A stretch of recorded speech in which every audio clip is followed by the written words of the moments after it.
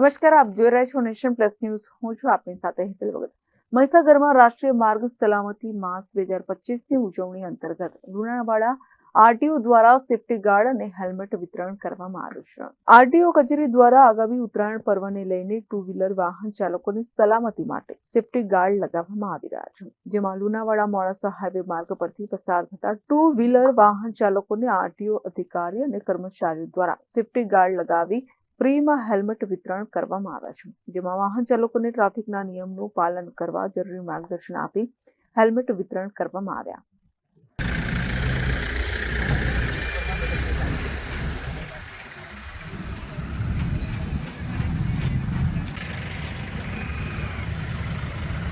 માનનીય જિલ્લા કલેક્ટર સાહેબ ઘણા ચિંતિત છે, એસપી સાહેબ ચિંતિત છે.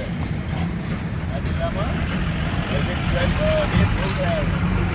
Kapil Patel, nation plus news, Aravalli.